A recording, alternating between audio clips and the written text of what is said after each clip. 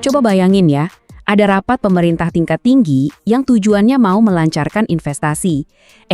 Tapi yang kejadian malah sebaliknya. Tiba-tiba meledak debat panas. Dan yang aneh, ini bukan antara pemerintah sama investor, tapi antar lembaga pemerintah itu sendiri. Oke, kita bedah kasus ini ya.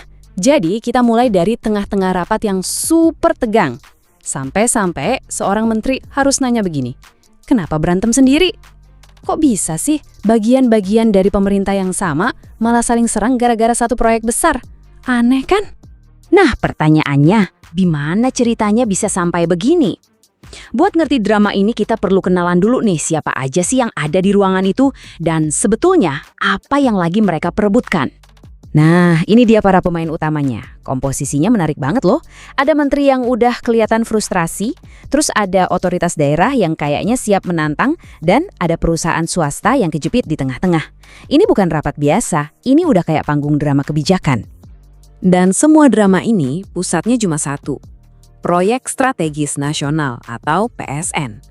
Nah, ironisnya di sini, PSN itu kan harusnya dikasih karpet merah, dipercepat, biar lancar jaya. Ini malah jadi sumber masalah, macet total gara-gara perang internal. Oke, sekarang kita masuk ke akar masalahnya. Ternyata ini tuh bukan cuma soal satu izin yang macet, bukan. Ini soal benturan dua visi, dua filosofi yang beda total soal masa depan Batam. Dan kita nggak lagi ngomongin proyek kaleng-kaleng ya, skalanya itu gila-gilaan. 3.700-an hektare lebih. Biar ada gambaran, itu luasnya bisa lebih gede dari banyak kota di Indonesia. Kebayang kan gedenya? Nah, tabel ini ngejelasin banget inti konfliknya.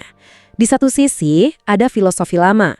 Kasih aja lahan super luas ke satu perusahaan, terus nanti pemerintah bantu bangun jalan dan fasilitasnya. Tapi di sisi lain, kepemimpinan baru BP Batam bilang, wah model kayak gitu udah salah. Mereka punya ide yang, ya bisa dibilang radikal.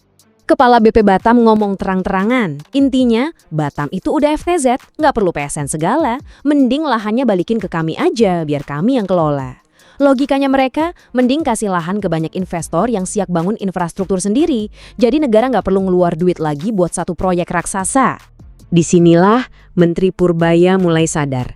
Ini bukan sekedar masalah administrasi atau birokrasi yang lambat. Bukan. Dia tahu. Dia harus gali lebih dalam lagi buat nemuin apa sih sebenarnya akar masalahnya. Jadi sang menteri mulai mengupas satu persatu lapisannya. Dia harus tahu dong, kenapa ini proyek penting banget bisa sampai mandek begini. Nah, argumen pertama datang dari BP Batam. Simple tapi nyelekit. 1 sen pun mereka belum bayar, Pak. Mereka nunjukin kalau perusahaan ini belum setor apa-apa ke negara buat hak lahannya. Tapi perusahaan punya jawaban yang nggak kalah mengejutkan. Mereka bilang dari ribuan hektare itu, mereka baru bisa bebasin 7 hektar aja. Cuma seuprit. Kenapa? Ya karena mereka takut udah bayar mahal-mahal, nanti di tengah jalan malah nabrak tembok birokrasi lagi. Posisi serba salah kan? Dan disinilah bomnya meledak. Ternyata PSN ini disetujui bukan sama pimpinan BP Batam yang sekarang. Ini adalah warisan dari kepemimpinan sebelumnya. Dan kalau kita lihat timeline-nya, semua jadi makin jelas. Proyek ini disetujui di era menteri sebelumnya, dikasih ke perusahaan yang pimpinannya punya koneksi politik kuat. Terus, datanglah pimpinan baru di BP Batam dengan filosofi yang beda 180 derajat. Hasilnya? Yah, buntu total, deadlock. Tapi Menteri Purbaya nggak mau dengerin itu semua. Dia langsung potong, Bu, saya nggak peduli partai apa nggak partai. Buat dia yang penting cuma satu, kebijakan pemerintah yang resmi jalan sekarang ini, yang mana? Titik.